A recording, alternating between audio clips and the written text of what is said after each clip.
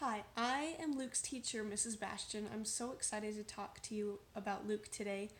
Luke is a really excellent student in our class. He really tries hard to complete whatever he sets his mind to, which is a really good skill to have. In the last several weeks, I have been giving him a lot of different literacy, reading, and writing assessments to see what he knows. Luke can keep going through an assessment when many other students would get frustrated after a little while or would get tired. He has a lot of resiliency to keep going in his work. He tries to sound out words and is usually able to figure out what most of them say in his reading.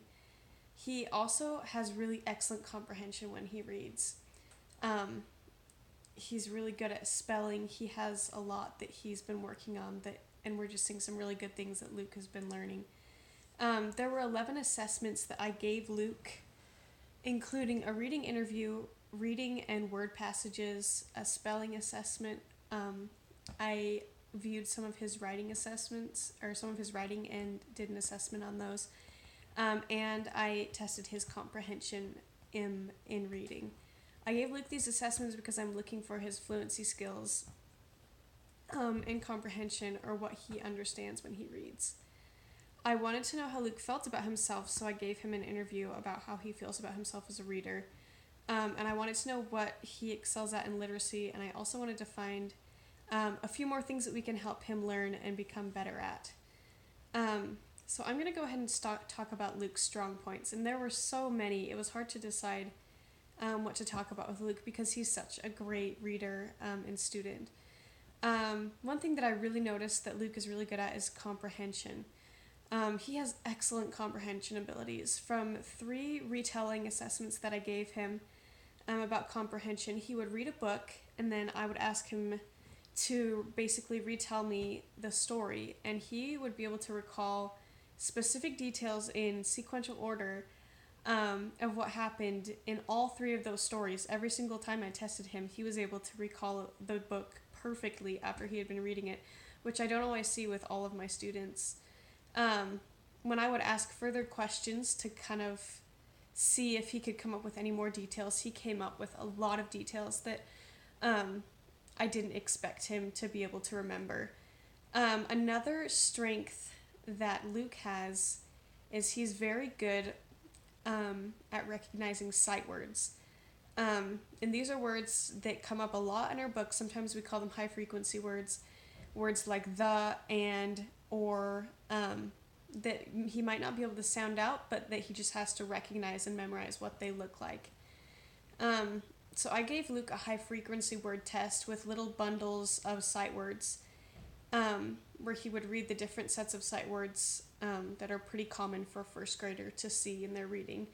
And he did so well. He was able to almost immediately recognize most of the words. He got a 35 out of 36 words correct, and I think there were only 2 other words that he kind of had to sound out a little bit, so most of the words he knew so well. The only word he didn't know was the word her, and he said here instead, so I think he just got confused with that long E on the end when he saw that. But other than that, his sight word recognition is so great right now. Excuse me. Something else that Luke is really good at is self-correcting himself. This is an interesting skill because we don't necessarily want our readers to always be going back in their reading. We want them to learn to read fluently. But right now, when they are learning to read as first graders, a lot of times first graders, if they don't know a word, they'll just kind of skip it or sound it out and say it wrong and just keep going. But Luke, so many times when I would be reading with him and he would be reading a book, he would stop at a word, he would try and sound it out, and even if he couldn't quite get it, he would read the rest of the sentence and understand the meaning in the context, the words kind of around the word he didn't know in the sentence. And so he would go back and he would reread the word, and then he would self-correct himself without any help, and be able to read that word correctly after a few tries, which is something that I really liked seeing. Instead of him giving up and just going on when it didn't make sense, he went back and really tried really hard to make it make sense. So he's really good about noticing that and correcting himself if he reads a word wrong. And I think that's part of the comprehension that comes in. He is reading and comprehending while he's reading, and so when he reads a word wrong, it doesn't make sense, and so he goes back and he is able to see the word and read it correctly, and then know that it's correct because it makes sense in the sentence. So I gave him 3 assessments. They're called running records, where he reads a book and I make notes on each word that he reads and whether he reads it correctly or adds in an extra word somewhere. And most of what he did, he read most of them really correctly. He had, his scores were 93, 95, and 97%, which are all right where he's supposed to be in his reading. And so the only things that I really noticed besides like missing 1 or 2 words in his reading is he would self-correct a lot, but that's such a good thing because we're noticing that he is comprehending the mistakes he makes and he goes back and he fixes them. So I was really proud of Luke for noticing those things. We like to talk about things that we can do to improve these skills that they're already really good at, because it's always good for learners to keep improving all the time. And so with his comprehension in school, I'm going to teach Luke to use what's called text to self, text to word, and text to text comparisons. And this is where when they're reading, they compare text to different aspects of their lives. So they can compare the text to themselves, or they can compare text to different texts that they're reading, and that way make more meaning from the reading that they're doing. These connections help students to compare their text to other things in their world, and it will also continue to improve Luke's comprehension skills. At home, something you can do with Luke is when Luke reads a book, it's important for kids to make sure that they understand the background knowledge from the books that they are reading. And so when Luke reads a book, make sure that you go through before he reads and make sure he understands what the setting is, kind of who the characters are, and what the general problem is with the book, and then he can read that book going in and knowing what the book is kind of going to be about. And that will help with his comprehension as well. For sight word recognition, in school, I will test his sight word skills probably every few weeks, and give him more sight words and maybe a little bit more difficult sight words throughout the year. And so I will just be continuing to do different assessments and things like that for his sight words in school. At home, something you can do is I'm going to be sending home lists of sight words, and it would be so great if you could practice with Luke and just see how many he knows and get him used to seeing those words, because they're words that he's not going to be able to sound out by himself. And so just sing them repetitively is what's going to help him the most with becoming even better at recognizing sight words. Excuse me. In the self-correction, where Luke self-corrects himself when he's reading, in school I'll have Luke work with me in small groups, and we will read books several times in our reading groups. And so I think with that, in seeing those words over and over, then he'll be able to get used to seeing those, and so he'll go from having to self-correct, which is a good skill, but to becoming fluent, which is what we're ultimately working towards. So we'll do things like choral reading as a group, so they'll hear me saying the words as well as they're saying them at the same time, and just really getting to know those words by seeing them repetitively. At home, something you can do when you're reading with Luke, practice taking turns reading, and model yourself how to recognize words that he may already know so that he can become a better reader. So if you read the book, just try and help him recognize words, and maybe read the book several times where you're reading it and where he's reading it, just so he can see those words and become more of a fluent reader. So Luke is really such a great student. He has so many strengths. Those are the top 3 that I wanted to talk about. Now I'd like to talk about a few things that I think Luke could